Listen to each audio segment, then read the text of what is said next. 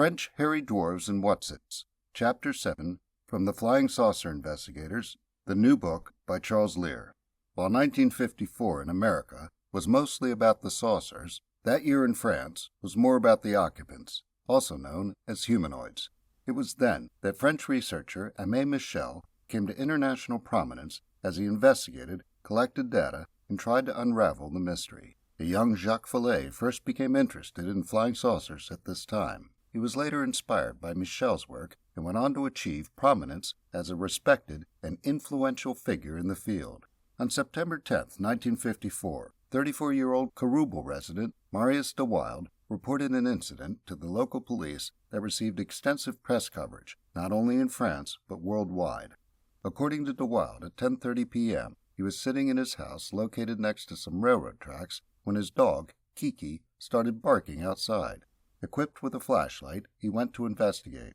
Outside, he noticed a large object, which he assumed was a harvest cart, 6 meters from his front door. He then saw 2 figures on a nearby path that was often used by smugglers. He pointed his flashlight at them, and there was a reflection that seemed to be on a glass helmet with a head inside. He only got a quick look, but the head seemed especially large. He estimated the figures were both about a meter in height. At that moment, a door opened up on the side of the object. A blinding light came out, and Dewilde was paralyzed by fear. He closed his eyes, and by the time he opened them, the object had risen 10 meters in the air. It then shot off to the west like lightning. As the story made its way from newspaper to newspaper, Dewilde being paralyzed by fear turned into Dewilde being paralyzed by a beam of light. The press was now paying attention, and many more sightings and encounters followed. The 2 types of craft most often reported were soucoupes volants and cigar volants, which translate to flying saucers and flying cigars, respectively. The cigar volants were sometimes called Churchills, due to the constant presence of a cigar in the mouth of the famous British Prime Minister. In addition to the craft, there were many reports of small humanoid occupants in diving suits, hairy dwarves, electrical and mechanical malfunctions, mostly involving stalled cars, and more paralysis-inducing rays of light. According to Vallée, the flying saucer began to lose its academic character and entered the experience of daily life. It completely monopolized the press and general conversation. Because of all the press coverage, people started seeing saucers and little creatures everywhere. James Moseley covered some of the stories, beginning with one which he printed in its original French with no translation in the August 1954 Nexus. In the December issue, he covers several stories, including one from Perpignan involving a saucer and an occupant in a diver's suit that rapidly re-entered his ship and took off after seeing the 2 dogs of the witness. This story is juxtaposed by another story in the same paragraph where the saucerman took time to pet the witness's dog. Moseley comments, "This leaves us here at Nexus headquarters in a state of confusion as to whether spacemen like dogs or not. Apparently, some do and some don't." The January 1955 issue includes a case written about by Moseley that almost turned deadly. M. Pierre Langlois of the Jaques Vallée district was walking home in the rain. He came upon what he perceived to be a spaceman in a luminous suit. The man seemed to be mounting a ray gun on his spaceship with the aid of a metal claw coming out of his sleeve. Langlois quickly went home, got his shotgun, came back, and fired at the creature. A few minutes later, a motorist passing by stopped and gave assistance to M. André Lacoste, who was dressed in a white raincoat and had buckshot in his ribs and arms. The spaceship was a Renault, the ray gun was a carburetor, and the metallic claw was a monkey wrench. Despite the more farcical episodes, there were cases to be taken seriously that were reported by those the French call dignes de foi, which in English amounts to credible witnesses. In Gels, police officer M. Bacalard reported that on October 18th he was driving a police van making his rounds. At 5:30 p.m. he came upon a cigar-shaped object that was approximately 10 meters long and 2 to 3 meters high. His van started misfiring, and he experienced feelings of semi-paralysis. He then found himself entering the village of Kohi, which was not part of his route, with no recollection of how he got there. In the midst of all the press, there was no shortage of opinions regarding the cause of all the sightings. In the October 25, 1954 edition of Time, famed psychiatrist Carl Jung posited that the sightings were either hallucinations brought on by Cold War fears or actual alien craft. In the October 24, 1954 American Weekly, Professor Herman Oberth was far more definite and declared, it is my thesis that flying saucers are real and that they are spaceships from another solar system. Many American researchers, such as Kehoe, were not open to the humanoid reports.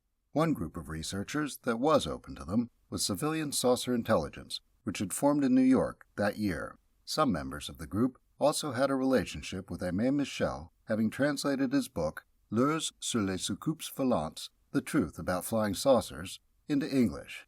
Aimé Michel's book was published in 1954, just before the onslaught of the French reports, and he found himself in the position of being that nation's flying saucer expert.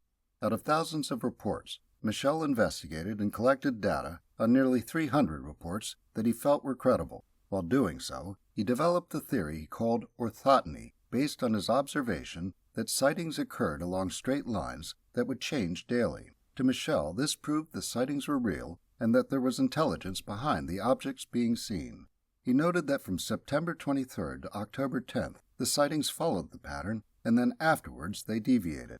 He speculated that the objects were alien craft deployed on a methodical survey mission. The emerging randomness was due to a follow-up survey with separate areas of focus. Michel published his findings in his 1958 book, Mystérieux Objets Célestes, which CSI also translated, and it was published in America that same year as Flying Saucers and the Straight Line Mystery.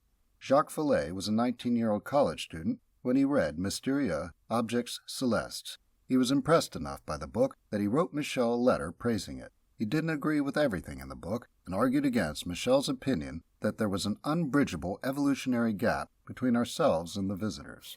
He closed his letter, telling Michel that his book gives us a reason to face the problem. It enables us to begin valuable research quietly. Serious work can start now, at last, because of you. Vallée's passion was most likely spawned by his own sighting in 1955, along with his mother, of a disc with a bubble dome hovering over a church near his house. Vallée and Michel both contributed to the 1969 book, The Humanoids, which has become a classic in UFO literature. The 1954 sightings stuck with Vallée, and the small humanoids reported then reminded Vallée of small humanoid reports throughout human history. He set about comparing them and developed the theory that what was being seen, whether fairies, leprechauns, elves, or aliens, were all manifestations of an intelligence that coexists with us and is deceptive. He published his ideas in his 1993 book, Passport to Magonia, and was an influential contributor to the interdimensional hypothesis. Aimé Michel came to similar conclusions, but the idea that we were interacting with something unknowable bothered him enough that he abandoned his investigation in 1980. A lasting result of the 1954 flap is still on the books. In October of that year, Lucien Jeune, the mayor of the town of Châteauneuf-du-Pape, passed a law prohibiting flying saucers flying over, landing, or taking off in community territory. Article 2 states, any aircraft known as flying saucer or flying cigar, which should land on the territory of the community, will be immediately held in custody. Article 3 places that responsibility on the forest officer and city policeman. That's quite a responsibility for a small-town gendarme. Available June 2022 from Flying Disc Press. A book about the people involved in the mystery, covering the golden age of flying saucers. Using newsletters, magazines, case files, official documents and more. Sure to leave even the die-hard skeptic wondering. By Charles Lear, New York, USA. The Flying Saucer Investigators. Available on Amazon from June 2022. The Flying Saucer Investigators. Flying Disc Press.